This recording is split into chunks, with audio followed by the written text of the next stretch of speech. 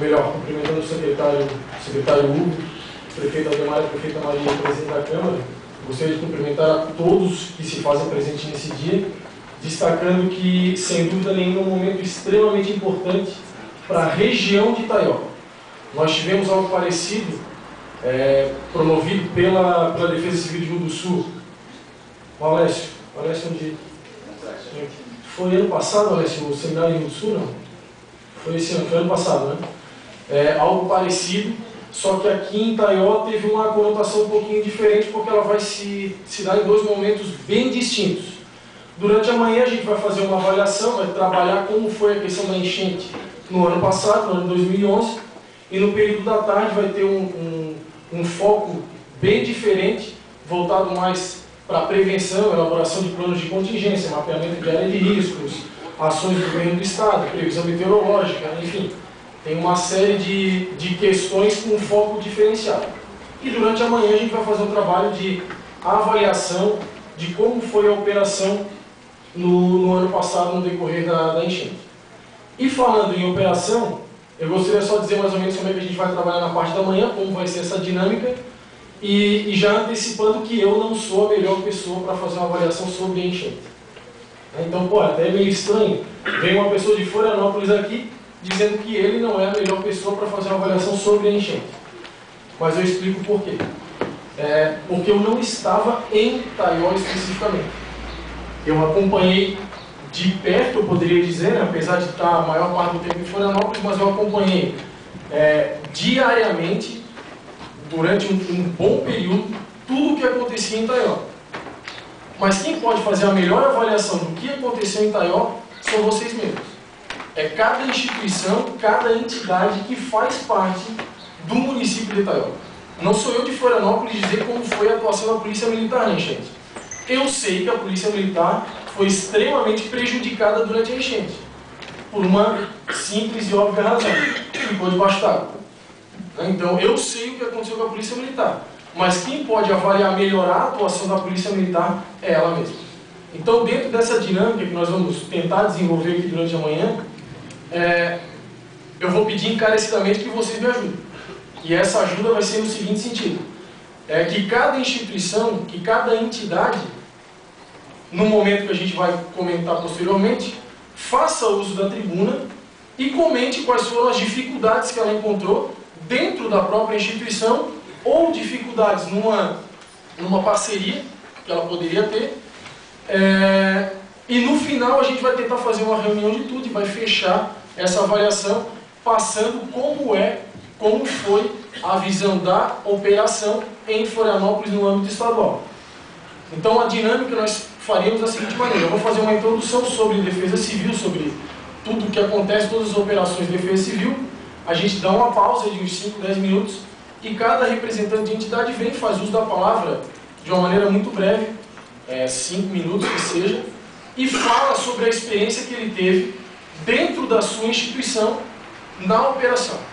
Principalmente, quais foram as dificuldades que ele teve, o que ele encontrou de desafio, o que ele não conseguiu superar, e o que ele teve de bom também, o que ele sentiu que foi positivo durante uma determinada ação, o que ele encontrou de positivo. E daí a gente vai tentar fazer isso com cada instituição e no final a gente faz o fechamento, reunindo o que cada instituição falou. Antes eu gostaria só de pedir também uma colaboração para vocês. O momento que nós estamos vivendo hoje é de lavar roupa suja. Digamos assim, né? Entre aspas, lavar roupa suja. Não é chegar eu aqui criticar qual foi a atuação da Secretaria Regional frente às enchentes. A Secretaria Regional teve uma série de dificuldades, como nós tivemos em Florianópolis. Todo mundo enfrentou um período de desastre, todo mundo enfrentou um período de dificuldade. Mas a intenção é fazer uma autocrítica. Cada instituição passar a externar aquilo que ela viveu. E daí no final a gente faz esse fechamento. Durante o dia de hoje, a gente vai dividir, né, como eu falei, dividimos em duas partes. A primeira parte é muito mais voltada a uma avaliação que é vinculada à resposta ao desastre, à gestão do desastre. E durante a tarde, é uma área muito mais voltada para a prevenção, que é muito mais voltada à gestão do risco. Quando a gente fala em desastre, tinha comentado o prefeito Ademar, Existe hoje uma série de estudos voltados para o desastre, onde ele começa a fazer uma análise de tudo aquilo que o planeta Terra está vivenciando. Desde problemas com aquecimento global e vinculado a isso de gelo das calotas polares, enfim. Tudo isso vai gerar uma simples conclusão que ela é, digamos, pacífica no mundo inteiro. O planeta Terra, ele vai sofrer mais desastres com maior intensidade e numa menor frequência. Serão mais desastres, mais intensos em um período menor entre um e outro. É claro que existe recorrência de enchentes. Existem recorrências de 25 anos, 50 anos e 100 anos. A enchente do ano passado ela foi considerada chuva para recorrência de 50 anos. Só que se nós analisarmos com uma outra ótica, em 2008 o estado de Santa Catarina sofreu com as chuvas. Não atingiu severamente o Alto Vale, mas o Médio Vale e a foz do rio Itajaí-Açu sofreu muito no ano de 2008. Se a gente for fazer uma análise histórica, 2008 para 83 foram 25 anos. Uma recorrência de 25 anos de chuva. Um período de chuva intenso, e lá teve uma situação um pouco diferenciada, porque além da elevação do nível do rio, teve ainda o deslizamento de todas as encostas no Vale do Itajaí. De 2008 para 2011 foram 3 anos. Né? E passando por aí, para quem é de Itaió deve lembrar bem, que em 2010 teve uma enchente aqui também. Certo? Então 2010 teve uma enchente um pouco menor, 2008 o Alto Vale já sofreu um pouquinho, mas não tanto.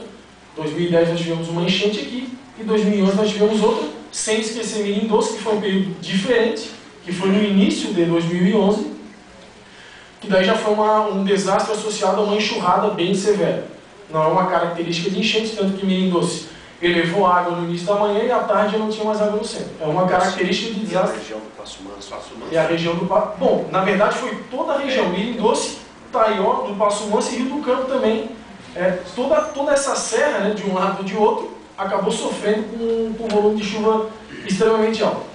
Então, o que nós vamos experimentar ao longo do tempo são mais desastres, no menor tempo e numa severidade muito maior. Essa severidade ela pode ser consequência pelo desastre em si, pelo evento adverso, pelo causador do desastre. No nosso caso aqui, excesso de chuva, muita água, e na verdade esse excesso de água não foi em setembro, ele veio, para quem acompanhou um pouquinho, ele já vinha desde agosto, tanto que o Alto Vale sofreu com enchente no dia 8 e 9 de agosto, 29 e 30 de agosto, e daí severamente no dia 7 de setembro. Então foram duas enchentes menores que foram potencialmente agravantes de uma enchente que ocorreu em setembro. O que nós vamos experimentar, portanto, esse nível de desastre, nós temos que estar preparados para isso. Ou numa gestão do risco, que é o que nós vamos ter hoje à tarde no evento, ou na gestão do risco, trabalhando o que nós podemos fazer enquanto entes públicos ou a comunidade em geral, o que nós podemos fazer para minimizar os efeitos desse evento adverso, porque, como disse o presidente da Câmara, a gente não vai controlar o tempo. Se tiver que chover, vai chover. Se tiver que ter seca, vai ter seca. E nós não podemos controlar isso. O que nós podemos controlar, ou pelo menos tentar, é minimizar os efeitos do tempo. Então, à tarde vai ter um momento com ações do governo do estado, mas, por exemplo, se eu tenho um excesso de chuva e a minha barragem não tem uma capacidade de conservação de água extremamente grande, eu elevar o nível da barragem 2, 3, 4 metros, eu já estou atuando na gestão do risco. Ou seja, vai precisar chover um pouco mais para eu ter uma consequência dos moldes que nós tivemos em setembro. Então, o que eu posso trabalhar é gestionar o risco de desastre. Nós tivemos agora uma grande estiagem no oeste. Eu não tenho como fazer chover. Até teve um prefeito, só uma passagem, né? Teve um prefeito da região oeste que até, na verdade, fez uma brincadeira, né? Pô, mas se a gente tivesse aquele aparelhinho, né, soltar uma bombinha numa nuvem e fazer chover. Ele falou num tom de brincadeira, obviamente. Daí eu falei, prefeito, primeiro a gente tem que fazer ter nuvem. Porque nem nuvem tinha. Era céu azul e daí eu vou fazer chover como? Fazer chover eu não posso.